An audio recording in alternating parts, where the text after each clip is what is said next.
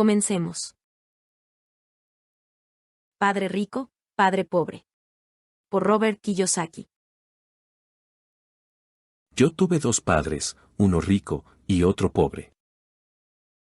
Uno era inteligente y muy educado, tenía un doctorado, y realizó los estudios universitarios correspondientes a 4 años, en solo 2. El otro padre nunca terminó la secundaria. Ambos hombres fueron exitosos en sus carreras y trabajaron duro toda su vida. Ambos tuvieron ingresos considerables. Sin embargo, uno de ellos pasó problemas financieros toda su vida. El otro se convertiría en uno de los hombres más ricos de Hawái. Uno dejó al morir decenas de millones de dólares a su familia, a instituciones de beneficencia y a su iglesia. El otro dejó cuentas por pagar. Ambos me ofrecieron su consejo, pero no me aconsejaron las mismas cosas. El hecho de haber tenido dos padres que me aconsejaban, me dio la oportunidad de escoger entre puntos de vista contrapuestos, uno correspondiente a un hombre rico y otro a un hombre pobre. El problema fue que el hombre rico no era rico todavía y el hombre pobre todavía no era pobre. Ambos estaban apenas comenzando sus carreras y ambos pasaban dificultades con el dinero y sus familias. Sin embargo, tenían puntos de vista muy diferentes sobre el tema del dinero. Ambos hombres creían poderosamente en la educación, pero no me recomendaron el mismo tipo de estudios. Uno de mis padres me recomendaba: estudia duro, para que encuentres una buena compañía para la cual trabajar. El otro recomendaba: estudia duro, para que encuentres una buena compañía que comprar. Uno de ellos decía: la razón por la que no soy rico es porque tengo a mis hijos. El otro decía: la razón por la que debo ser rico es porque tengo a mis hijos. Uno decía: en lo que se refiere al dinero, juega a lo seguro, no tomes riesgos. El otro decía: aprende a manejar el riesgo. Uno creía que nuestra casa es nuestra inversión más grande y nuestro activo más importante. El otro consideraba que mi casa es un pasivo, y si tu casa es tu inversión más grande, estás en problemas. ambos padres pagaban sus cuentas a tiempo. Sin embargo, uno las pagaba en primer término, mientras que el otro lo hacía al último. Uno de mis padres pasaba dificultades para ahorrar unos cuantos dólares. El otro simplemente creaba inversiones. Uno de mis padres me enseñó cómo redactar un currículum impresionante con el fin de obtener un buen empleo. El otro me enseñó cómo escribir planes financieros y de negocios poderosos con el fin de que yo pudiera crear empleos. Me di cuenta de que las personas realmente dan forma a sus vidas por medio de sus pensamientos. Mi padre pobre decía siempre: yo nunca seré rico. Y esa profecía se volvió realidad. Mi padre rico, por otra parte, siempre se refirió a sí mismo como rico.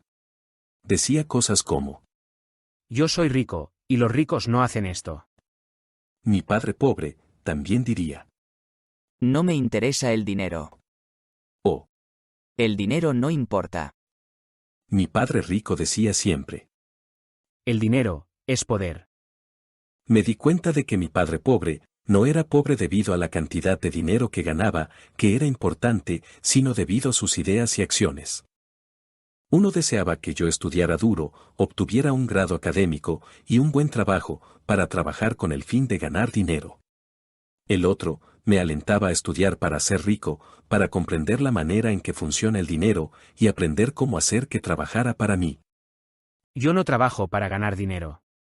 Eran palabras que repetía una y otra vez. El dinero trabaja para mí. A la edad de 9 años, decidí escuchar y aprender de mi padre rico, en lo que se refiere al dinero. Al hacerlo, elegí no escuchar a mi padre pobre, a pesar de que él era quien tenía todos los títulos universitarios. Lección 1. Los ricos no trabajan por dinero. En 1956 tenía 9 años de edad. Por azares del destino, asistía a la misma escuela pública que los ricos enviaban a sus hijos, ya que mi familia vivía al lado de la calle de la escuela. Una vez observé que la madre de uno de mis compañeros lucía su nuevo Cadillac, mientras que mi compañero invitaba a 3 de sus amigos a pasar el fin de semana en su casa en la playa. Me sentí mal porque mi amigo Mike y yo no fuimos invitados por ser niños pobres. Un día le pregunté a mi padre: «Papá, ¿puedes decirme cómo volverme rico?».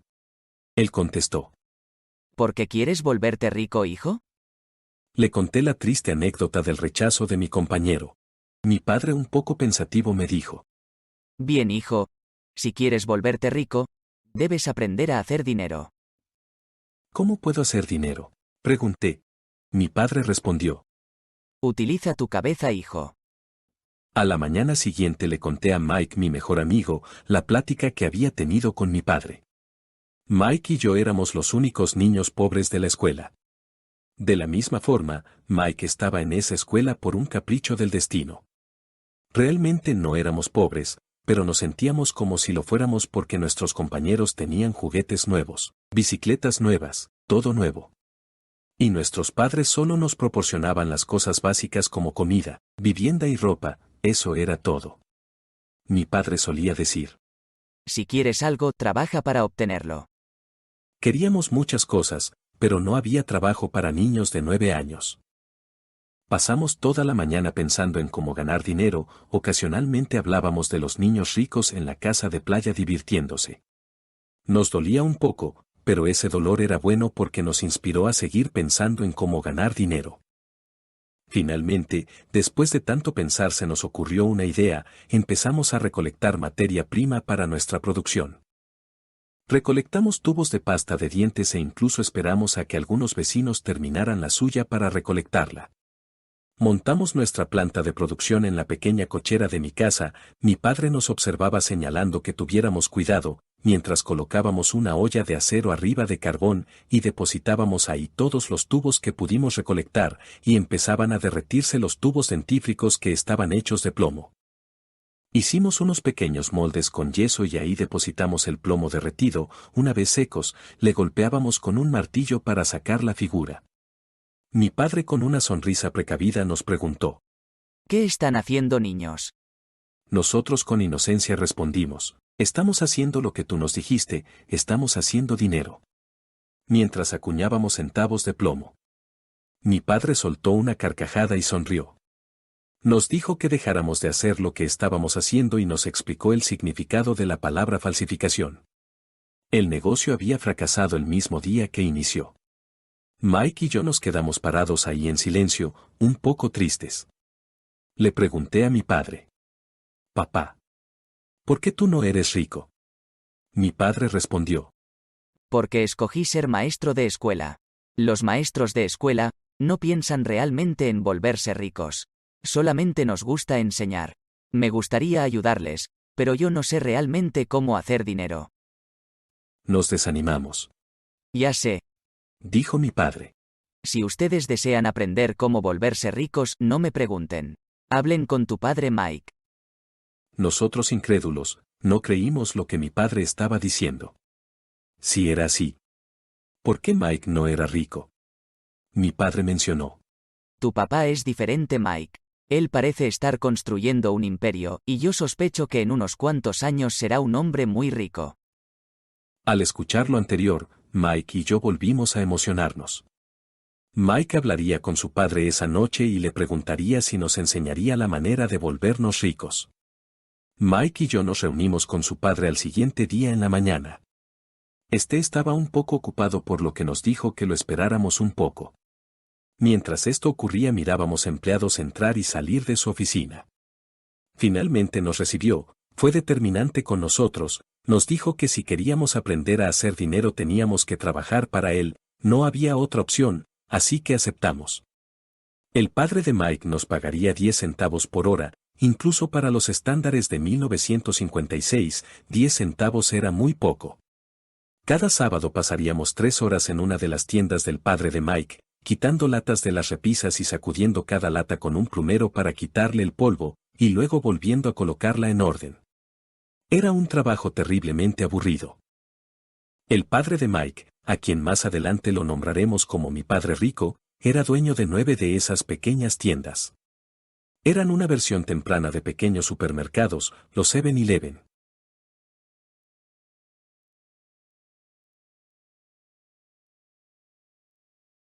Durante 3 semanas aguantamos cada sábado, faltando a nuestros juegos deportivos por ir a trabajar, pero a la 4ª semana yo estaba listo para renunciar. Era un trabajo terriblemente aburrido, en realidad lo que me molestaba era la paga tan insignificante. Ese sábado ahí estaba yo, esperando hablar con un tacaño que explotaba a los niños. Mike, por alguna razón, no estaba ahí conmigo.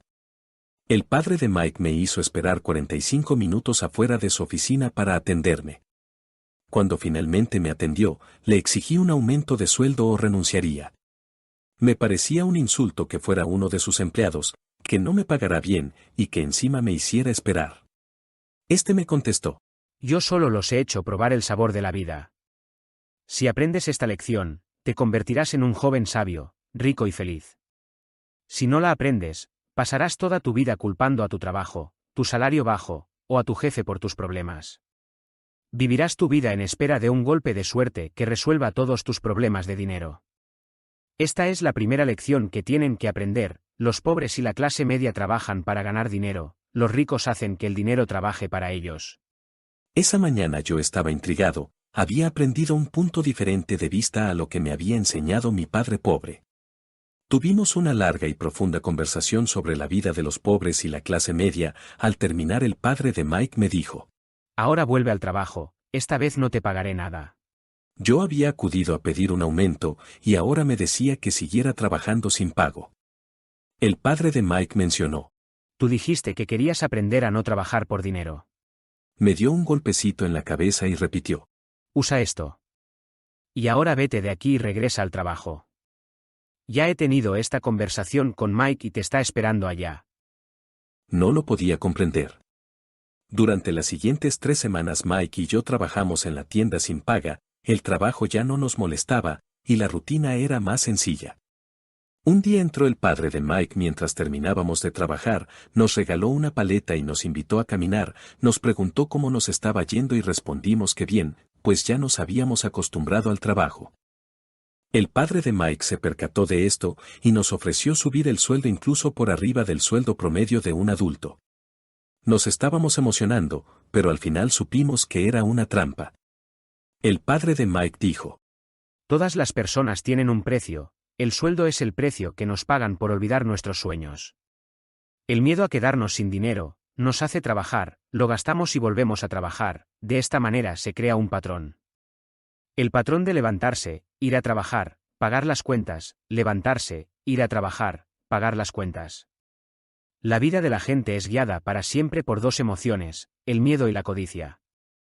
Si les ofrecen más dinero, ellos continúan el ciclo e incrementan sus gastos. A eso le llamo la carrera de la rata. Yo quiero que ustedes eviten esa trampa, chicos. Eso es en realidad lo que quiero enseñarles. No solo a ser ricos, porque ser rico no resuelve el problema. La mayor parte de las personas pasan sus vidas persiguiendo el cheque del salario, el aumento de sueldo, y la seguridad en el empleo debido a sus emociones de deseo y miedo. Es como la imagen de un burro que jala una carreta, con su dueño balanceando una zanahoria frente a su nariz. Recuerden. Un empleo es solo una solución de corto plazo a un problema de largo plazo.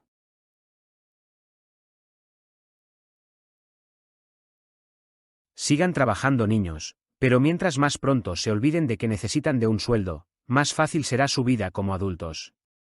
Verán cosas que otras personas no ven. Las oportunidades están frente a sus narices. La mayoría de las personas nunca ven esas oportunidades porque están buscando dinero y seguridad, y eso es todo lo que obtienen. Al momento en que vean una oportunidad, las verán por el resto de sus vidas. Mike y yo pasamos las siguientes 2 semanas pensando, hablando y trabajando gratis.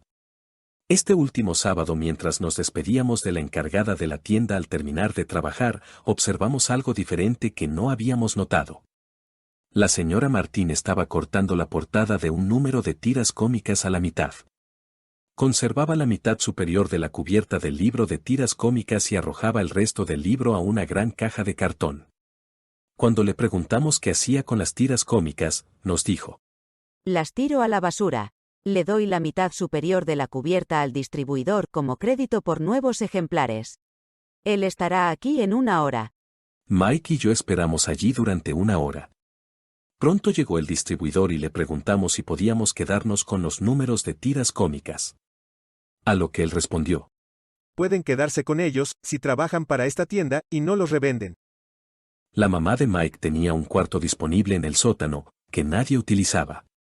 Lo limpiamos y comenzamos a apilar cientos de tiras cómicas en ese cuarto.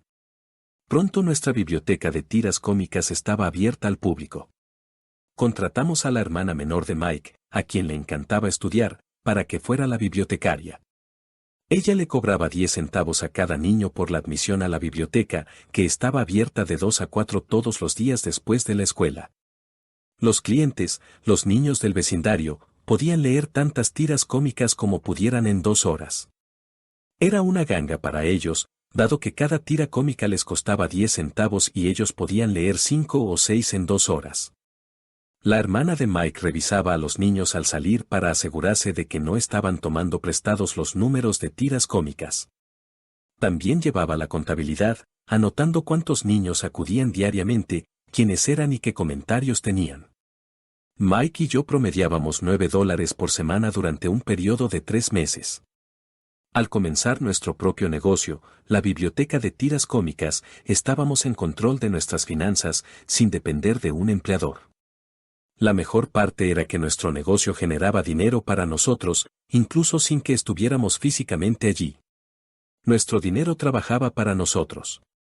En vez de pagarnos con dinero, mi padre rico nos había dado mucho más. Lección 2. ¿Por qué enseñar especialización financiera? En 1990, mi mejor amigo Mike se hizo cargo del imperio de su padre y está haciendo un mejor trabajo que él. Nos vemos 1 o 2 veces al año para jugar golf. Él y su esposa son más ricos de lo que usted pueda imaginarse.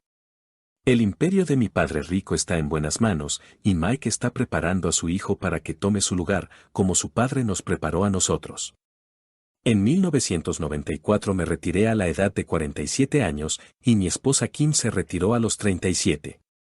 Todos hemos escuchado historias sobre personas pobres que se ganan la lotería, se vuelven ricos de repente y luego vuelven a ser pobres. Esas personas ganan millones y pronto vuelven al punto donde empezaron. O bien, historias sobre atletas profesionales que, a la edad de 24 años, están ganando millones de dólares al año y que duermen debajo de un puente cuando tienen 34. Es preocupante que demasiadas personas se enfoquen demasiado en el dinero y no en su riqueza más importante, que es su educación. Si las personas están preparadas para ser flexibles, mantienen la mente abierta y aprenden, se enriquecerán más y más. Si piensan que el dinero resolverá sus problemas, temo que esas personas tendrán problemas en el futuro. La inteligencia resuelve los problemas y produce dinero. El dinero sin inteligencia financiera se pierde rápidamente. Si quiere ser rico, necesita saber de finanzas. Si va usted a construir el edificio Empire State, lo primero que necesita hacer es cavar un agujero muy profundo y colar cimientos fuertes. Ahora bien, la contabilidad es posiblemente la materia más aburrida del mundo, también puede ser una de las más desconcertantes. Pero si quiere ser rico a largo plazo, puede ser la materia más importante. La pregunta es, ¿cómo toma usted una materia aburrida y desconcertante y se la enseña a los niños? La respuesta consiste en hacerla más sencilla. Enséñela al principio por medio de imágenes. Mi padre rico cimentó una base financiera sólida para Mike y yo. Regla número 1. Usted debe saber la diferencia entre un activo y un pasivo, y debe adquirir activos. En contabilidad, solía decir mi padre rico. Lo que importa no son los números, sino lo que los números te dicen. Es como las palabras. Lo importante no son las palabras, sino la historia que las palabras te cuentan. Si deseas volverte rico, debes leer y comprender los números. El cuadro superior es una declaración de ingreso, también llamado estado de pérdidas y ganancias. Mide los ingresos y los gastos. El dinero que entra y el dinero que sale. El diagrama inferior es la hoja de balance. Se le llama así, porque se supone que debe equilibrar los activos contra los pasivos. Un activo es algo que pone dinero en mi bolsillo. Un pasivo es algo que extrae dinero de mi bolsillo. Ganar más dinero rara vez resuelve los problemas de dinero de una persona. La inteligencia los resuelve. Para la época en que Mike y yo teníamos 16 años, trabajábamos para el padre de Mike después de clases y los fines de semana. A menudo pasábamos horas después del trabajo, sentados a la mesa con el padre de Mike, mientras sostenía reuniones con banqueros, abogados, contadores, corredores de bolsa, inversionistas, gerentes y empleados.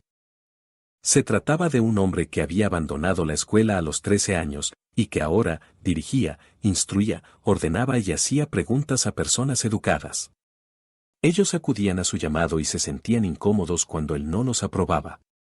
Mi padre rico no había recibido educación escolar, pero tenía educación financiera, y como resultado de ello, era un hombre exitoso. Solía decirnos una y otra vez: Una persona inteligente contrata personas más inteligentes que ella. el siguiente diagrama ilustra la diferencia entre la percepción de mi padre rico y la de mi padre pobre, en lo que se refiere a sus casas.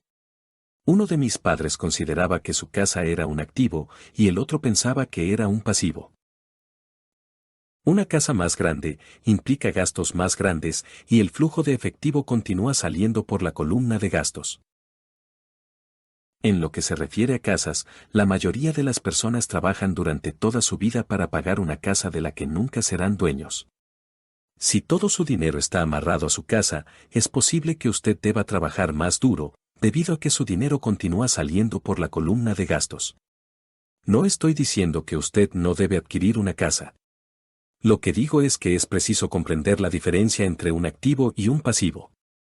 Si desea tener una casa más grande, debe primero comprar los activos que generarán el flujo de efectivo para pagar por la casa. La declaración financiera personal de mi padre educado muestra de mejor manera la vida de una persona que está inmersa en la carrera de la rata. Por su parte, la declaración financiera personal de mi padre rico refleja los resultados de una vida dedicada a invertir y reducir los pasivos. Una revisión de la declaración financiera personal de mi padre rico muestra por qué los ricos se vuelven más ricos. La columna de activos genera más ingreso del necesario para cubrir los gastos, y el sobrante es reinvertido en la columna de activos. La columna de activos continúa creciendo, y por lo tanto, el ingreso que produce crece con él. El resultado: el rico se vuelve más rico. Si usted hace lo que hacen las masas, obtendrá lo siguiente. Como empleado que también es propietario de una casa, sus esfuerzos laborales son en general de la siguiente manera. Número 1. Usted trabaja para alguien más. La mayoría de las personas, al trabajar para obtener un sueldo, están haciendo que el dueño o los accionistas se hagan más ricos. Sus esfuerzos y éxito ayudarán a proporcionar recursos para el éxito y la jubilación del dueño. Número 2. Usted trabaja para el gobierno. El gobierno retiene parte de su sueldo antes de que usted pueda incluso verlo. Al trabajar más duro, simplemente incrementa la cantidad de impuestos que toma el gobierno. La mayoría de la gente trabaja entre enero y mayo para el gobierno. Número 3. Usted trabaja para el banco. Después de pagar impuestos, su siguiente gasto más importante es generalmente su hipoteca y la tarjeta de crédito. Resumiendo, usted trabaja para alguien más. Usted trabaja para el gobierno. Usted trabaja para el banco. Conforme sus activos crecen, ¿cómo puede medir el nivel de su éxito? En 1961, Buckminster Fuller compartió su definición de riqueza. La riqueza es la capacidad de una persona para sobrevivir cierto número de días en el futuro, o bien, si dejo de trabajar el día de hoy. ¿Cuántos días sobreviviré? La definición verdadera de riqueza depende de quien la formula. Usted nunca puede ser demasiado rico. Solo recuerde esta observación sencilla. Los ricos adquieren activos. Los pobres solo tienen gastos. La clase media construye pasivos que piensa que son activos. Entonces, ¿cómo puedo comenzar a ocuparme de mis propios negocios? ¿Cuál es la respuesta? Escuche usted al fundador de McDonald's. Lección 3. Atienda su propio negocio. En 1974, le pidieron a Ray Kroc, el fundador de McDonald's, que diera una conferencia a la clase de maestría en administración de empresas de la Universidad de Texas, en Austin. Después de una conferencia inspirada y sólida, la clase terminó, y los estudiantes le preguntaron a Ray si los acompañaría a su lugar favorito para tomar unas cervezas. Ray aceptó encantado. ¿En qué negocio estoy? Preguntó Ray. Una vez que el grupo estaba provisto de cerveza. Todos se rieron. La mayoría de los estudiantes de la maestría en administración de empresas pensaron que Ray solo estaba bromeando. Nadie respondió, por lo que Ray volvió a formular la pregunta. ¿En qué negocio piensan ustedes que estoy? Los estudiantes volvieron a reír, y finalmente un valiente gritó. Ray, ¿quién en este mundo no sabe que tú estás en el negocio de las hamburguesas? Ray soltó una carcajada. Eso es lo que pensé que ustedes dirían. Hizo una pausa, y agregó inmediatamente. Damas y caballeros, yo no estoy en el negocio de las hamburguesas. Mi negocio es inmobiliario. Ray pasó mucho rato explicando su punto de vista. En su plan de negocios, Ray sabía que el enfoque principal consistía en vender franquicias de hamburguesas, pero lo que nunca perdió de vista era la ubicación de cada franquicia. Él sabía que la propiedad inmobiliaria y su ubicación era el factor más importante para el éxito de cada una de estas. Básicamente, la persona que compró la franquicia también estaba pagando por la compra del terreno de la organización de Ray Kroc. Hoy en día, McDonald's es el propietario de bienes raíces más grande del mundo y tiene más propiedades, incluso que la Iglesia Católica. Actualmente, McDonald's posee terrenos en algunas de las esquinas más valiosas de las calles de los Estados Unidos, así como en otras partes del mundo. Lección de la que Ray Kroc habló en la Universidad de Texas es el secreto número 3 de los ricos. El secreto es: atiende tu propio negocio. Los problemas financieros son frecuentemente el resultado directo de que la gente trabaja toda su vida para alguien más. Muchas personas no tendrán nada al terminar su vida laboral. Nuevamente, una ilustración vale más que 1000 palabras. A continuación, muestro el diagrama de la declaración de ingreso y la hoja de balance, que describe mejor el consejo de Ray Kroc. Ray fue claro en marcar la diferencia entre su profesión y su negocio. Su profesión era siempre la misma. Él era un gran vendedor. En alguna época vendía licuadoras para malteadas, y poco después estaba vendiendo franquicias de restaurantes de hamburguesas. Pero, mientras su profesión consistía en vender franquicias de restaurantes de hamburguesas, su negocio consistía en la acumulación de bienes inmobiliarios que producían ingresos. Un problema con la escuela es que, a menudo, usted se convierte en lo que estudia. Si usted estudia, digamos, cocina, usted se convierte en un cocinero. Si usted estudia leyes, se convierte en un abogado, y si estudia mecánica automotriz, se convierte en mecánico. El error al convertirse en lo que uno estudia es que muchas personas olvidan atender sus propios negocios.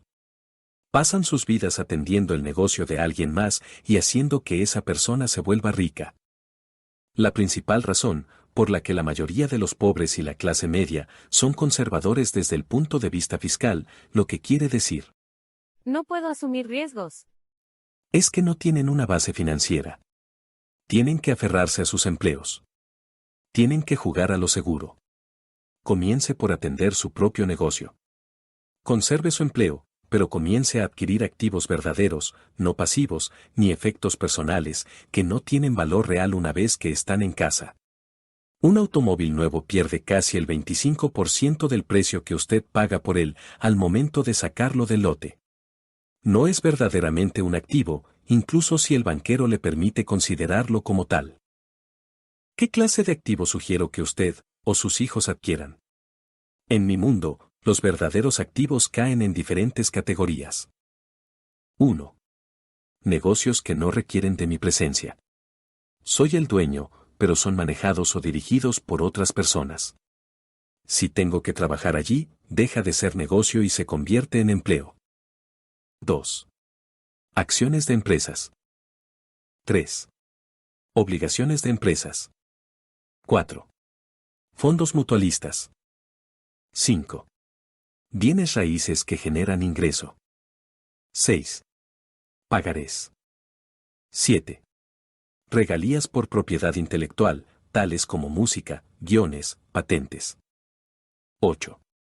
Y todo aquello que tenga valor, produzca ingreso o se aprecie, y tenga un mercado disponible. Cuando era niño, mi padre educado, me alentó a que encontrara un empleo seguro. Mi padre rico, por otra parte, me alentó a que comenzara a adquirir activos que amara. Si no los amas, no les prestarás atención. Durante varios años, incluso cuando estaba en el cuerpo de marines y en la compañía Xerox, hice lo que me recomendó mi padre rico. Conservé mi empleo, pero aún así atendí mi propio negocio. Estuve activo en la columna de activos. Compré y vendí bienes raíces y pequeñas acciones. Mi padre rico siempre remarcó la importancia de la educación financiera. Mientras mejor comprendía la contabilidad y la administración del efectivo, mejor pude analizar las inversiones y eventualmente comencé a construir mi propia compañía. Conserve su empleo, sea un empleado que trabaje duro, pero siga construyendo su columna de activos. Conforme crezca su flujo de efectivo, usted puede darse algunos lujos. Una diferencia importante es que los ricos adquieren sus lujos al final, mientras que los pobres y la clase media tienden a comprar esos lujos al principio. Un verdadero lujo es una recompensa por invertir y desarrollar un activo verdadero. Por ejemplo, mi esposa y yo teníamos dinero extra de nuestros edificios de apartamentos. Ella adquirió su Mercedes.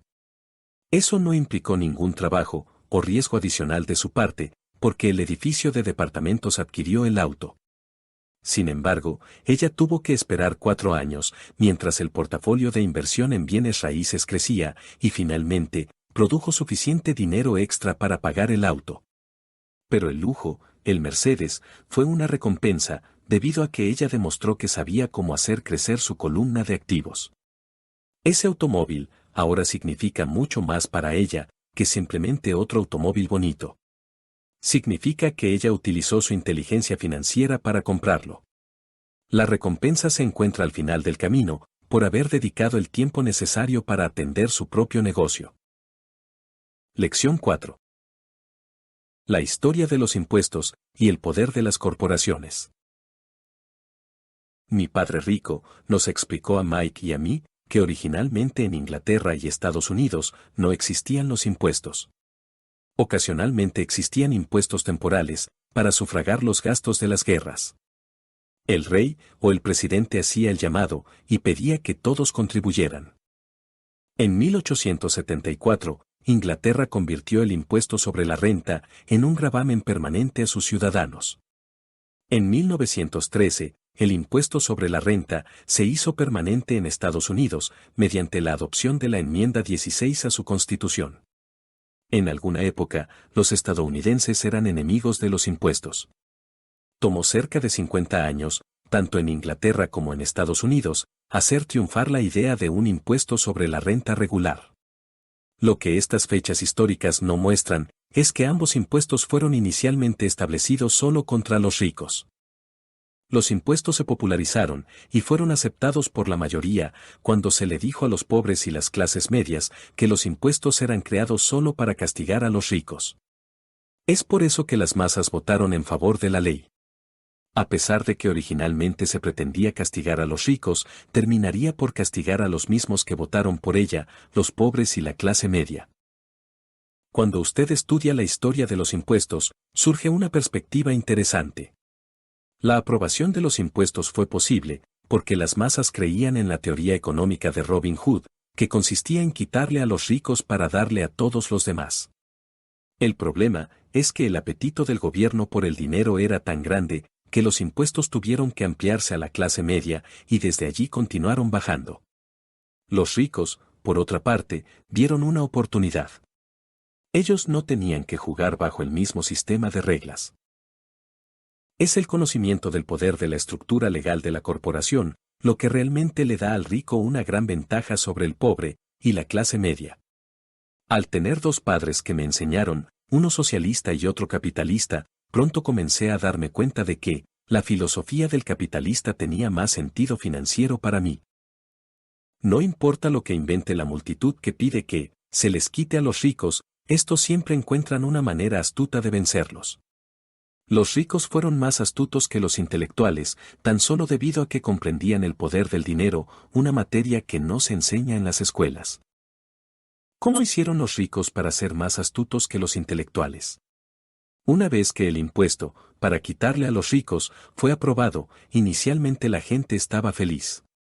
El gobierno se convirtió en una inmensa fuente de dinero, pero el problema fue el manejo fiscal de ese dinero. En otras palabras, la política del gobierno, si usted es un burócrata gubernamental, consistía en tener un exceso de dinero. Conforme ese ciclo de gasto gubernamental en crecimiento continuó, la demanda de dinero se incrementó, y la idea de cobrar impuestos a los ricos comenzó a ajustarse para incluir a los niveles de ingreso menores. Los verdaderos capitalistas utilizaron su conocimiento financiero para encontrar una manera de escapar. Se dirigieron nuevamente a la protección de la corporación. Una corporación protege a los ricos. Sin embargo, lo que muchas personas que nunca han formado una corporación no saben, es que una corporación no es realmente una cosa. Una corporación es solo una carpeta de archivo con algunos documentos legales que se encuentra en la oficina de un abogado registrado con la agencia del gobierno estatal. No se trata de un gran edificio que lleve el nombre de la corporación. La riqueza de los ricos queda nuevamente protegida. Una vez más, el uso de las corporaciones se volvió popular, debido a que la tasa de impuestos sobre la renta de la corporación era menor a la tasa de impuestos sobre la renta del individuo.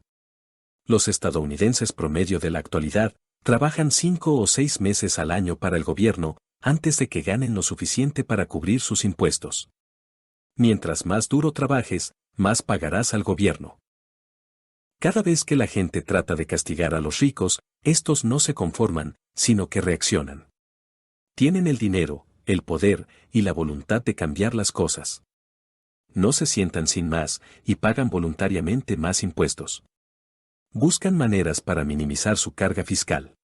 Contratan a abogados y contadores astutos, convencen a los políticos para que cambien las leyes o crean lagunas legales. Tienen los recursos para efectuar el cambio. El Código Fiscal de los Estados Unidos también permite otras maneras de ahorrar en los impuestos. La mayoría de esos medios están disponibles para todos, pero son los ricos quienes generalmente los buscan, porque están atendiendo sus propios negocios. Mi padre rico nunca combatió eso. Él simplemente jugó el juego de manera más astuta, y lo hizo por medio de las corporaciones, el secreto más grande de los ricos. Es posible que usted recuerde la primera lección que aprendí de mi padre rico. Era un niño pequeño de 9 años de edad que se sentó y esperó hasta que él decidió recibirme. A menudo me sentaba en su oficina y me hacía esperar para recibirme. Me estaba ignorando a propósito. Quería que reconociera su poder y que deseara tener ese poder para mí mismo algún día. Durante todos los años que estudié y aprendí de él, siempre me recordó que el conocimiento es poder. Mi padre rico siempre nos recordó, a Mike y a mí, que el rufián más grande no es el jefe o el supervisor, sino el recaudador de impuestos. El recaudador de impuestos siempre se llevará más, si usted se lo permite. Usted necesita conocer la ley y la manera en que el sistema funciona. Esa es la razón por la que él pagaba tanto dinero a los contadores y abogados astutos. Era más barato pagarles a ellos que pagarle al gobierno. Él conocía la ley, porque era más caro no conocer la ley. Mi padre educado siempre me alentó a buscar un buen empleo en una corporación poderosa. Él hablaba de las virtudes de subir por la escalera corporativa. Cuando le dije a mi padre rico el consejo de mi padre, él soltó la carcajada. ¿Y por qué no poseer la escalera? Fue todo lo que dijo. En 1974, estaba trabajando para Xerox.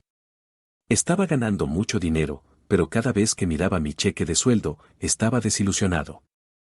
Las deducciones eran muy grandes, y mientras más trabajaba, más grandes eran. Mientras todavía era un empleado de Xerox, formé mi primera corporación y comencé a atender mi propio negocio. Hacia 1978, deseaba desesperadamente salir de la carrera de la rata. En menos de 3 años, ganaba más dinero en mi pequeña corporación propia, que era una compañía propietaria de bienes raíces, de lo que ganaba en Xerox. Ahora enseño a otros, por medio de seminarios financieros, con la esperanza de compartir mi conocimiento con ellos. Siempre que ofrezco una conferencia, le recuerdo a los asistentes que el coeficiente intelectual financiero está compuesto de conocimiento proveniente de 4 amplias áreas de experiencia. Contabilidad. Es una habilidad vital si usted quiere construir un imperio. La educación financiera es la capacidad para leer y comprender estados financieros. Esta capacidad le permitirá identificar las fortalezas y debilidades de cualquier negocio. Inversión. Lo que yo llamo la ciencia de hacer que el dinero produzca dinero. Esto incluye estrategias y fórmulas. Comprensión de los mercados. La ciencia de la oferta y la demanda. La ley. Un individuo que tenga conocimiento de las ventajas impositivas y la protección proporcionada por una corporación puede volverse rico mucho más rápidamente que alguien que es un empleado o el propietario de un pequeño negocio. Es como la diferencia entre alguien que camina y alguien que vuela. Ventajas impositivas. Una corporación puede hacer muchas cosas que un individuo no puede. Como pagar por los gastos antes de pagar los impuestos. Protección contra demandas. Vivimos en una sociedad de litigios.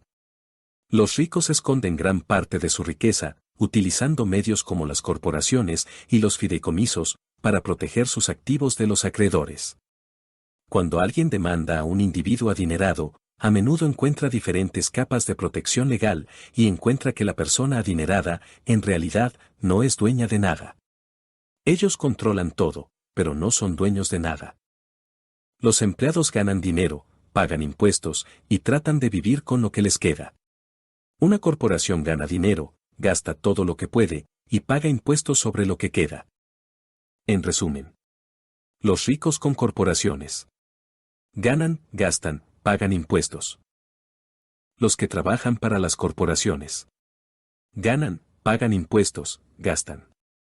Como parte de su estrategia financiera, le recomendamos fuertemente que sea dueño de su propia corporación y que ésta cubra en su interior sus activos.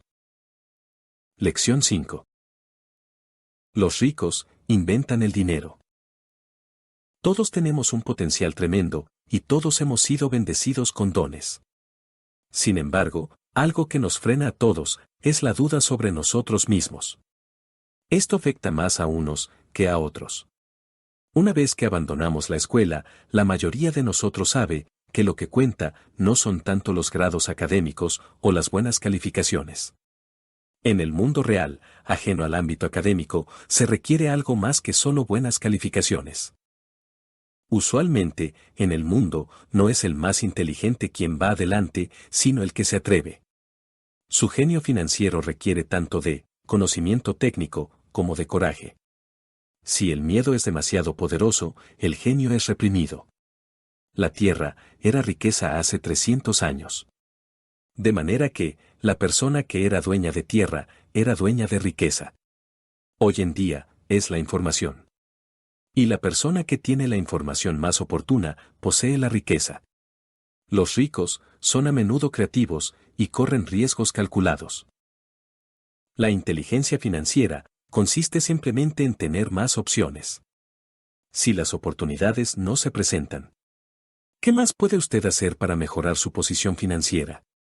Si su corazonada es equivocada y aquello con lo que usted contaba no ocurre, ¿cómo puede usted convertir un limón en millones? Eso es la inteligencia financiera. Se trata de qué tan creativo es usted para resolver problemas financieros. La mayoría de la gente solo conoce una solución: trabajar duro, ahorrar y pedir prestado. Cuando éramos niños, mi padre rico nos decía constantemente a Mike y a mí: Los ricos hacen dinero. Mientras más real crees que es el dinero, más duro trabajas para ganarlo. Si puedes comprender la idea de que el dinero no es real, Te enriquecerás más rápidamente.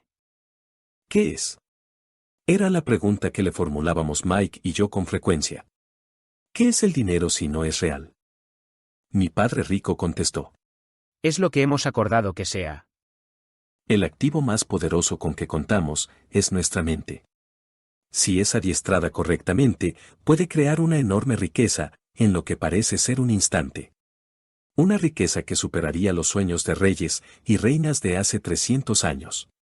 Una mente no adiestrada también puede crear pobreza extrema que dure toda la vida al enseñarla a sus familiares.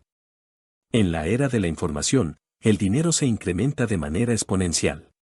Unos cuantos individuos se vuelven ridículamente ricos de la nada, solo con ideas y acuerdos. Voy a proporcionarle un simple ejemplo de creación de dinero. A principios de los años 90, la economía de la ciudad de Phoenix era terrible. Un día, estaba observando el programa de televisión Good Morning America cuando apareció un planificador financiero y comenzó a pronosticar catástrofes y desastres. Su consejo era: ahorre dinero. Como dije antes, la economía era terrible en aquella época. Para los inversionistas, tal es la condición perfecta del mercado. Yo necesitaba dinero. Dado que todo mundo estaba deshaciéndose de sus cosas, yo estaba comprando. No estaba ahorrando dinero, estaba invirtiendo. Las casas que antes valían $100,000, ahora se vendían por $75,000. Sin embargo, en vez de buscar en la oficina de bienes raíces local, comencé a buscar en las oficinas del abogado especializado en bancarrotas o en los estrados del juzgado. En esos sitios, una casa de $75,000 en ocasiones podía ser adquirida por $20,000 o menos. Al final del día, había vendido por $60,000 una casa que me costó $20,000. Los restantes $40,000 fueron creados con dinero de mi columna de activos bajo la forma de un pagaré firmado por el comprador. El tiempo total de trabajo: 5 horas. Sin embargo, la mayoría de la gente no lo haría. La mayoría de la gente escucha el consejo estándar de trabaja duro y gana dinero. El argumento que quiero dejar claro es que las inversiones vienen y van, el mercado sube y baja, las economías mejoran y caen. El mundo siempre está ofreciéndole a usted la oportunidad de su vida cada día, pero a menudo no la vemos. Sin embargo, está ahí. Y mientras más cambie el mundo, y más cambie la tecnología, más oportunidades se presentarán para permitirle a usted y a su familia lograr la seguridad económica durante generaciones. Los negocios que son verdaderamente atractivos no son ofrecidos a los novatos. A menudo, los mejores negocios, que hacen que los ricos se hagan todavía más ricos, están reservados para quienes comprenden el juego. Las grandes oportunidades no se ven con los ojos. Se ven con la mente. Desafortunadamente, la mayoría de la gente no es rica porque está aterrada de perder. Los ganadores no tienen miedo de perder. Existen dos clases de inversionistas. La primera clase, y la más común, son las personas que adquieren una inversión empacada. Ellos llaman a un revendedor, como una compañía de bienes raíces, o un corredor de bolsa, o un planificador financiero, y compran algo. El segundo, lo conforman los inversionistas que crean inversiones. Este tipo de inversionista, generalmente crea el negocio. Es este segundo tipo de inversionista, el que más probablemente se acerca al inversionista profesional. Si desea convertirse en el segundo tipo de inversionista, necesita desarrollar 3 habilidades principales. Número 1. Cómo encontrar una oportunidad que todos los demás han pasado por alto. Usted ve con su mente lo que otros no ven con sus ojos. Número 2. Cómo obtener dinero. La persona promedio solo acude al banco. Este segundo tipo de inversionista necesita saber cómo hacerse de capital y existen muchas formas de lograrlo sin la participación de un banco. Número 3. Cómo organizar a personas inteligentes. Las personas inteligentes son aquellas que trabajan con o contratan a una persona que es más inteligente que ellas. Lección 6. Trabaje para aprender, no para ganar dinero.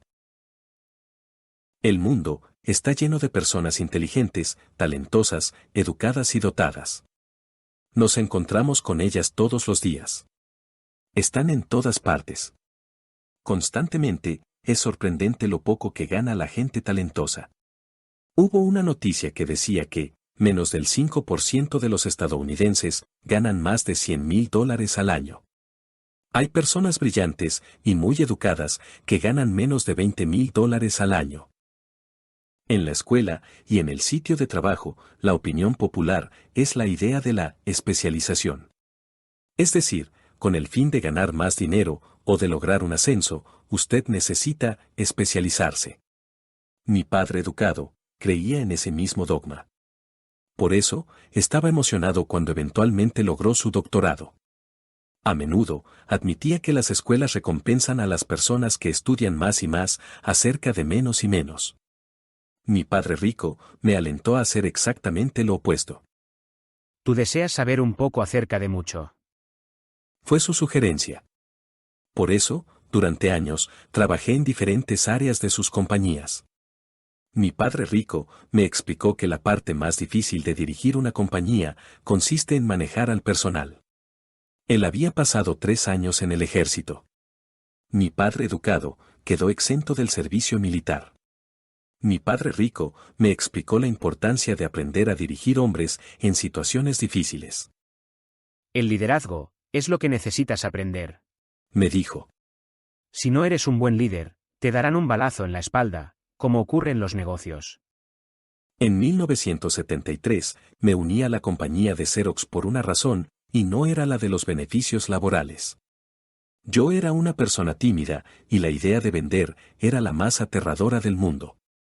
Xerox tiene uno de los mejores programas de capacitación de ventas en Estados Unidos. Mi padre rico estaba orgulloso de mí. Mi padre educado estaba avergonzado. Como era un intelectual, él consideraba que los vendedores estaban por debajo de su categoría. Trabajé con Xerox durante 4 años, hasta que logré vencer el miedo a tocar puertas y ser rechazado. Una vez que logré mantenerme constantemente como uno de los 5 mejores vendedores, renuncié nuevamente. Seguí avanzando, y dejé atrás otra gran carrera, con una compañía excelente. En 1977, formé mi primera compañía. Mi primer proyecto, una cartera de nylon y velcro, fue fabricada en el lejano oriente y enviada a un almacén en Nueva York. Mi educación formal estaba completa, y era el momento de probar mis alas. Si fallaba, me iría a la bancarrota. Mi padre rico pensaba que era mejor quebrar antes de cumplir 30 años. Todavía tienes tiempo para recuperarte. Fue su consejo. Existe un viejo cliché en inglés que señala que la palabra job, trabajo, es el acrónimo de just over broke, casi quebrado. Y desafortunadamente, diría que ese acrónimo se aplica a millones de personas. La pregunta que le formulo frecuentemente a la gente es: ¿a dónde le está llevando su actividad diaria? ¿Qué les depara el futuro? Cyril Brickfield, exdirector ejecutivo de la Asociación Americana de Jubilados, informa que las pensiones privadas están en estado de caos. En primer lugar, 50% de la fuerza laboral no tiene actualmente pensión. Ese solo hecho debería ser motivo de preocupación. Y entre 75 y 80% del otro 50% tiene pensiones no efectivas que pagan $55, o $150 o $300 al mes. En su libro, The Retirement Myth, El mito del retiro, Craig S. Carpel escribe: he visitado el cuartel general de uno de los despachos de consultoría en pensiones más importantes del país y me he entrevistado con la directora administrativa, que se especializa en diseñar lujosos planes de retiro para los ejecutivos más altos. Cuando le pregunté, ¿qué podrían esperar las personas que no tienen puestos directivos en lo que se refiere al ingreso por pensión? Me dijo con una sonrisa confiada: La bala de plata. Si la generación nacida en la posguerra descubre que no tiene suficiente dinero para vivir cuando lleguen a la vejez, siempre podrán pegarse un tiro en la cabeza. Muchos hospitales en países con medicina socializada necesitan tomar actualmente decisiones difíciles, como ¿quién vivirá y quién morirá? Ellos toman esas decisiones únicamente con base en cuánto dinero tienen y qué tan viejos son los pacientes. Si el paciente es viejo, a menudo le proporcionan el cuidado médico a alguien más joven. Como los ricos pueden pagar por obtener mejor atención, los ricos podrán mantenerse vivos, mientras que los que tengan menos riqueza morirán. Si usted no está dispuesto a trabajar para aprender algo nuevo e insiste en especializarse en su campo, asegúrese que la compañía para la que trabaja tenga un sindicato. Los sindicatos fueron diseñados para proteger a los especialistas. Mi padre educado, tras caer de la gracia del gobernador, se convirtió en el líder del sindicato de maestros en Hawái. Mi padre rico, por su parte, pasó toda su vida haciendo su mejor esfuerzo para impedir que sus compañías tuvieran sindicatos. Tuvo éxito. Si usted hace lo que la escuela recomienda y se vuelve altamente especializado, entonces busque la protección de un sindicato. ¿Por qué? Porque su vida habría estado dedicada a aprender una habilidad que es valiosa en una sola industria. Si fuera expulsado de esa industria, sus habilidades aprendidas durante la vida no serían tan valiosas en otra industria. De manera que, la regla es: obtenga una alta especialización e ingrese a un sindicato.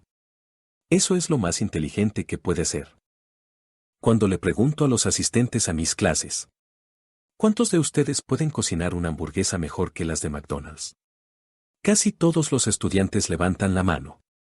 Y entonces pregunto: entonces, si la mayoría de ustedes puede cocinar una mejor hamburguesa, ¿cómo es que McDonald's gana más dinero que ustedes?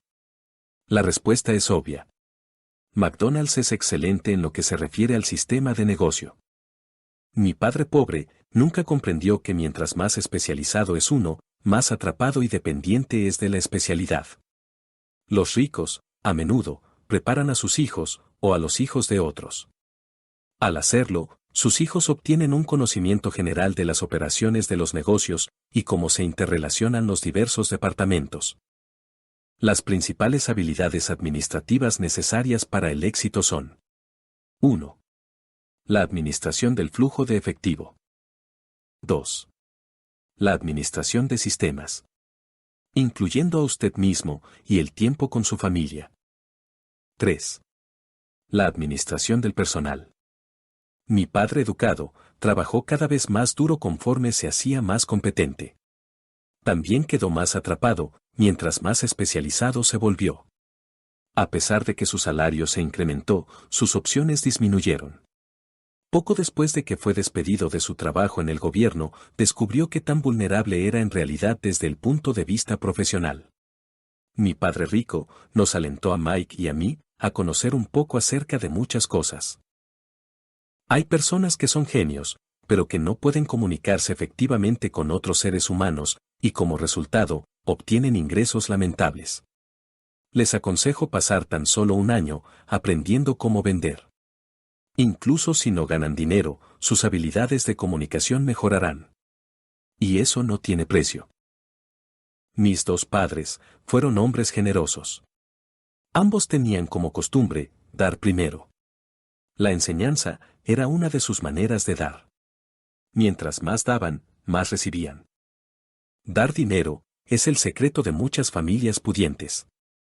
Por eso existen organizaciones como la Fundación Rockefeller y la Fundación Ford. Mi padre educado siempre decía: Cuando tengo algo de dinero extra, lo dono. El problema es que nunca había dinero extra. Así que trabajaba más duro para obtener más dinero en vez de enfocarse en la ley más importante del dinero. Da y recibirás. En vez de ello, él creía en: recibe y entonces darás. En conclusión, yo me convertí en ambos padres. Una parte de mí es un capitalista que ama el juego del dinero que gana dinero. La otra parte es un maestro con responsabilidad social que está profundamente preocupado por la brecha creciente entre los que tienen y los que no. Personalmente, acuso como responsable al arcaico sistema educativo. Inicios. Superar los obstáculos. Una vez que las personas han estudiado y se han educado desde el punto de vista financiero, es posible que aún encuentren obstáculos para lograr su independencia financiera. Existen 5 razones principales por las que las personas no lo logran. Las 5 razones son: 1. Miedo. 2. Cinismo. 3. Pereza. 4. Malos hábitos. 5. Arrogancia. Razón número 1. Superar el miedo de perder dinero. El miedo a perder dinero es real. Todos lo tenemos, incluso los ricos. Pero no es el miedo lo que constituye el problema, es cómo usted maneja el miedo. La principal diferencia entre una persona rica y una persona pobre es la manera en que manejan el miedo. Fran Tarkenton. Alguna vez un gran jugador de la Liga Nacional de Fútbol Americano lo dice de otra manera. Ganar significa no tener miedo de perder. Nunca he conocido a alguien que sea rico y que nunca haya perdido dinero. Mi padre rico sabía que el fracaso solo lo haría ser más fuerte y más inteligente. No es que quisiera perder, solo sabía quién era él y cómo aceptaría una pérdida. Aceptaría una pérdida y la convertiría en una ganancia. Eso es lo que hacía que él fuera un ganador y los otros fueran perdedores. A los ganadores, las pérdidas los alientan. A los perdedores, las pérdidas los derrotan. Para citar a John Rockefeller. Siempre he tratado de convertir cada desastre en una oportunidad. El más grande secreto de los ganadores es que el fracaso les inspira a ganar. Por lo tanto, no tienen miedo de perder. Las personas como Fran Tarkenton no tienen miedo de perder porque saben quiénes son. Ellos odian perder, así que saben que perder solo los inspirará para ser mejores. Pero si usted tiene sueños de libertad, de salir de la carrera de la rata, la primera pregunta que debe formularse es: ¿cómo reacciono ante el fracaso? Si el fracaso lo inspira a ganar, quizá deba hacer el intento. Si el fracaso lo debilita, le provoca berrinches como niño malcriado, entonces juegue a lo seguro. Conserve su empleo. Arriesgar la columna de activos demanda mucha actitud. Se necesita estómago, paciencia y una gran actitud respecto al fracaso. Los perdedores evitan el fracaso. Y el fracaso convierte a los perdedores en ganadores. Razón número 2. Superar el cinismo. Todos nosotros tenemos dudas. Esas palabras de duda son a menudo tan poderosas que nos impiden actuar.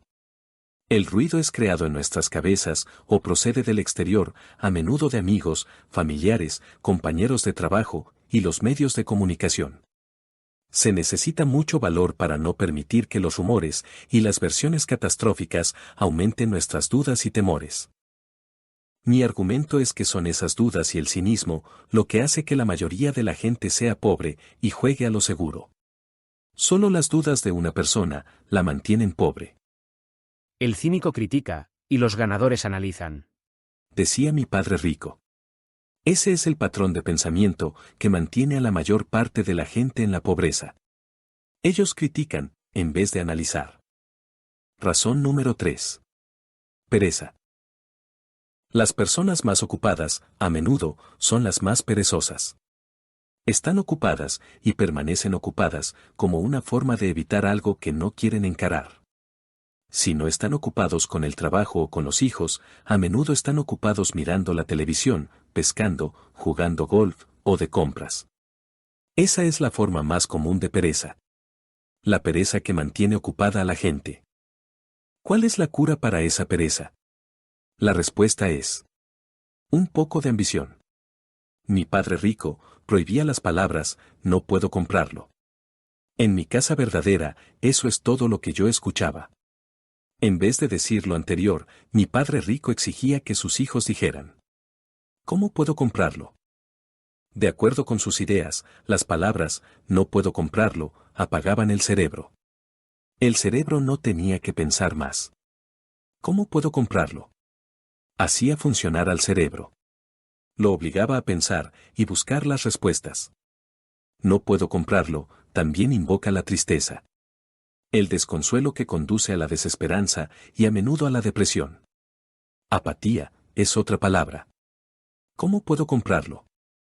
Abre las posibilidades, la emoción y los sueños.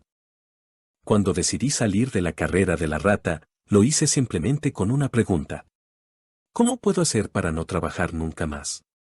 Y mi mente comenzó a formular respuestas y soluciones. Sin un poco de ambición, sin el deseo de tener algo mejor, no se progresa. Nuestro mundo progresa debido a que todos deseamos una vida mejor. Se crean nuevos inventos porque deseamos algo mejor. Razón número 4. Hábitos. Nuestras vidas son un reflejo de nuestros hábitos más que nuestra educación. Recuerdo haber preguntado a mi padre rico acerca de los hábitos de los ricos. ¿Cuándo paga sus cuentas tu padre? Me preguntó mi padre rico. El primer día del mes, le dije. ¿Le sobra algo? Me preguntó. Muy poco, respondí. Esa es la principal razón, por la que tiene dificultades. Tiene malos hábitos. Tu padre paga a todos los demás primero. Se paga a sí mismo al final, pero solo si le queda algo. Lo que generalmente no ocurre, le dije. Pero él tiene que pagar sus cuentas, ¿no es así? ¿Me estás diciendo que no debe pagar sus cuentas? Desde luego que no. Creo firmemente en pagar mis cuentas a tiempo. Solo me pago a mí mismo primero. Antes incluso de pagarle al gobierno. ¿Y qué pasa si no tienes suficiente dinero?, le pregunté. ¿Qué haces entonces? Lo mismo. Me pago primero. Incluso si me falta dinero. Mi columna de activos es más importante para mí que el gobierno. Pero, le pregunté. ¿No vienen a buscarte? Sí, si no pagas. Mira, yo no dije que no pagara. Yo simplemente dije que me pago primero, incluso si me falta dinero. Pero, ¿cómo lo haces? Volví a preguntar. No es cómo. La pregunta es: ¿por qué? Muy bien. ¿Por qué? Motivación. ¿Quién crees que se quejaría más fuerte si yo no les pagara a mis acreedores, ellos o yo? Tus acreedores gritarían más que tú, le dije, respondiendo lo obvio. Tú no te dirías nada si no te pagaras a ti mismo. Así puedes ver que, después de pagarme a mí mismo, la presión para pagar mis impuestos y a mis otros acreedores es tan grande que me obliga a buscar otras formas de ingreso. La presión por pagar se convierte en mi motivación. He trabajado en otros empleos, comenzado otras compañías, comprado y vendido en la bolsa de valores, cualquier cosa, solo para asegurarme que esos tipos no comenzarán a gritarme. Esa presión me hace trabajar más duro, me obliga a pensar, y en general, me hace más inteligente y más activo, en lo que se refiere al dinero. Si me pagara al último, no sentiría la presión, pero estaría quebrado. Así que es el miedo al gobierno y a las otras personas a quienes debes lo que te motiva. Así es. Mira, los recaudadores de impuestos del gobierno son unos rufianes. También lo son los recolectores de deudas en general. La mayoría de la gente se deja amedrentar. Les pagan, pero no se pagan a sí mismos. Yo decidí utilizar el miedo al rufián para hacerme más fuerte. Otros se hacen más débiles. Ahora no tengo miedo de esos rufianes. Me gustaba lo que mi padre rico estaba diciendo. De manera que, si primero me pago a mí mismo, me vuelvo más fuerte, desde el punto de vista financiero, mental y fiscal. Y si me pago al final, o no me pago en absoluto, me debilito. Y de esa manera, los jefes, gerentes, recaudadores de impuestos, cobradores de deudas, y caseros, hacen lo que quieren conmigo. Solo porque no tengo buenos hábitos monetarios. Razón número 5. Arrogancia. La arrogancia es el ego, más la ignorancia. Lo que sé, me hace ganar dinero. Lo que no sé, me hace perder dinero. Cada vez que he sido arrogante, he perdido dinero, porque cuando soy arrogante, verdaderamente creo que lo que no sé, no es importante. Solía decirme frecuentemente mi padre rico. Cuando usted sepa que ignora un tema, comience por educarse a sí mismo, busque un experto en el campo, o consiga un libro sobre la materia. Para comenzar, me gustaría decir que la adquisición de riqueza fue sencilla para mí, pero no lo fue. Yo considero que cada uno de nosotros lleva dentro un genio financiero. El problema es que nuestro genio financiero está dormido y espera a que lo despierten. Le ofrezco los siguientes 10 pasos, como un proceso para desarrollar los poderes que Dios le dio. Poderes que solo usted puede controlar. Número 1. Necesito una razón más grande que la realidad. El poder del espíritu. Si le pregunta a la mayoría de la gente si le gustaría ser rica o libre desde el punto de vista financiero, ellos responderían que sí. Pero la realidad aparece entonces. El camino parece demasiado largo y con demasiadas montañas que escalar. Una razón o propósito es la combinación de quiero y no quiero. Cuando la gente me pregunta cuál es mi razón para desear ser rico, se trata de una combinación de quiero y no quiero, profundamente emocionales. Enumeraré unos cuantos. Primero los no quiero. No quiero trabajar toda mi vida. No quiero ser un empleado. No quiero una casa en los suburbios. Ahora, lo sí quiero. Quiero ser libre para viajar por el mundo. Quiero controlar mi tiempo y mi vida. Quiero que el dinero trabaje para mí. Esas son razones profundamente emocionales. ¿Cuáles son las suyas? Si no son lo suficientemente fuertes, entonces la realidad del camino que le espera puede ser más grande que sus razones. Número 2. Yo escojo diariamente. El poder de la elección. Muchas personas escogen no ser ricas. Para el 90% de la población, ser rico es demasiada molestia. El solo hecho de que usted no tiene dinero no debe ser una excusa para no aprender. Pero esa es una elección que hacemos todos los días, la elección de qué hacer con nuestro tiempo, nuestro dinero y lo que nos metemos en la cabeza. Ese es el poder de la elección. Todos nosotros tenemos una elección. Yo simplemente elegí ser rico y hago esa elección todos los días. Invierta primero en educación. En realidad, el único activo verdadero que usted tiene es su mente. La herramienta más poderosa que dominamos. Actualmente, me pregunto a menudo. ¿Cómo haría esto Peter Lynch, o Donald Trump, o Warren Buffett, o George Soros? La única manera en que puedo tener acceso a su gran poder mental es ser lo suficientemente humilde para leer o escuchar lo que ellos tienen que decir. Una persona verdaderamente inteligente da la bienvenida a nuevas ideas. Escuchar es más importante que hablar. Número 3. Escoja cuidadosamente a sus amigos. El poder de la asociación. Ahora bien, admitiré que hay personas a las que busqué en realidad porque tenían dinero. Pero yo no quería su dinero, quería su conocimiento. He notado que mis amigos que tienen dinero, hablan de dinero. Y no digo que se jacten. Están interesados en el tema. De forma que aprendo de ellos, y ellos aprenden de mí. Mis amigos, de quienes sé que pasan por problemas financieros, no gustan de hablar de dinero, negocios o inversión. A menudo lo consideran grosero, o poco intelectual. De forma que también he aprendido de mis amigos con dificultades financieras. Ellos siempre pueden decirle, ¿por qué no funciona algo? No haga caso de personas pobres o asustadas. Una de las cosas más difíciles acerca de la creación de riqueza es ser fiel a sí mismo y estar dispuesto a no seguir a la multitud. Número 4. Domine una fórmula y después conozca otra. El poder de aprender rápidamente. Usted se convierte en aquello que estudia. En otras palabras, sea cuidadoso con lo que usted estudia y aprende, porque su mente es tan poderosa, que usted se convertirá en aquello que introduzca en su cabeza. Yo siempre busco una fórmula más rápida. Por esa razón, de manera regular, gano más dinero en un día, de lo que la mayoría de la gente ganaría a lo largo de su vida. En el mundo actual, que cambia velozmente, no cuenta tanto lo que usted sabe, porque a menudo lo que usted sabe es obsoleto. Lo que importa es que tan rápido aprende. Esa habilidad no tiene precio.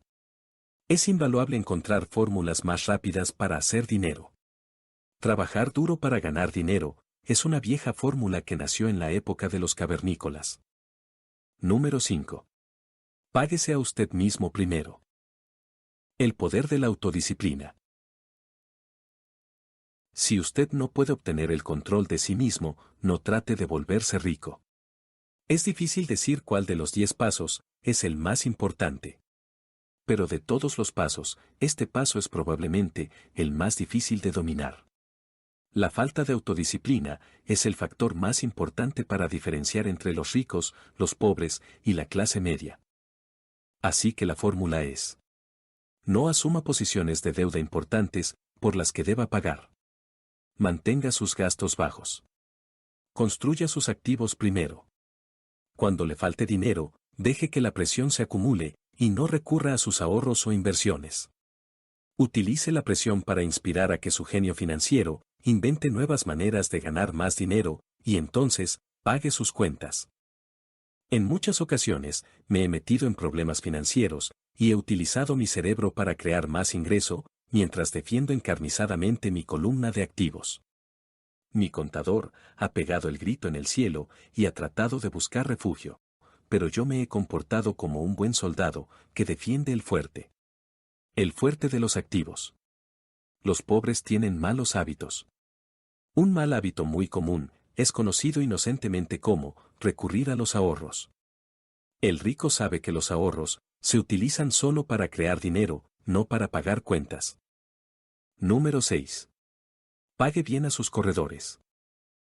El poder del buen consejo. Mi padre rico creía que era importante pagar bien a los profesionales, y yo he adoptado también esa política. Actualmente, tengo abogados, contadores, corredores de bienes raíces y corredores de bolsa, caros. ¿Por qué? Porque esas personas son profesionales, sus servicios deben hacerles ganar dinero. Y mientras más dinero ganen ellos, más dinero ganaré yo. Vivimos en la era de la información. La información no tiene precio. Un corredor representa los ojos y los oídos en el mercado. Están ahí todos los días, de manera que yo no tengo que estar ahí todos los días y puedo jugar al golf. Lo que me parece divertido es que tantas personas pobres y de la clase media insisten en dejar propinas en un restaurante de 15 a 20%, incluso cuando reciben mal servicio.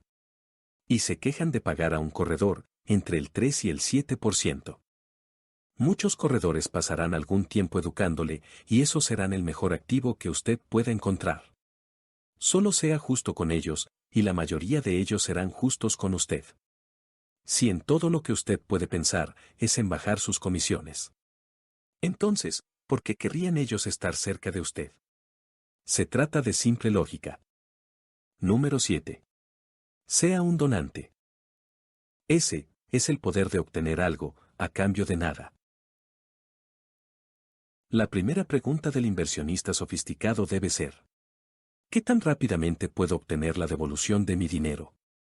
Es verdad que he perdido dinero en muchas ocasiones. Pero solo juego con dinero que puedo perder. En cada una de mis inversiones debe haber un atractivo, algo que obtengo de manera gratuita. Un condominio, una unidad de almacenamiento, un terreno, una casa, acciones bursátiles, un edificio de oficinas, etc. Y debe haber un riesgo limitado, o una idea de bajo riesgo. De manera que los inversionistas inteligentes deben ver más que el retorno sobre su inversión.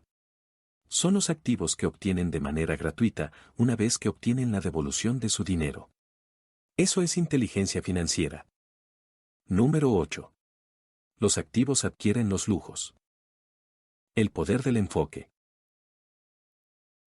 Me gustan los lujos, tanto como a cualquier otra persona. La diferencia es que algunas personas compran sus lujos a crédito. Cuando quise comprar un Porsche, el camino más fácil hubiera sido llamar a mi banquero y obtener un crédito. En vez de elegir enfocarme en la columna de los pasivos, elegí enfocarme en la columna de los activos.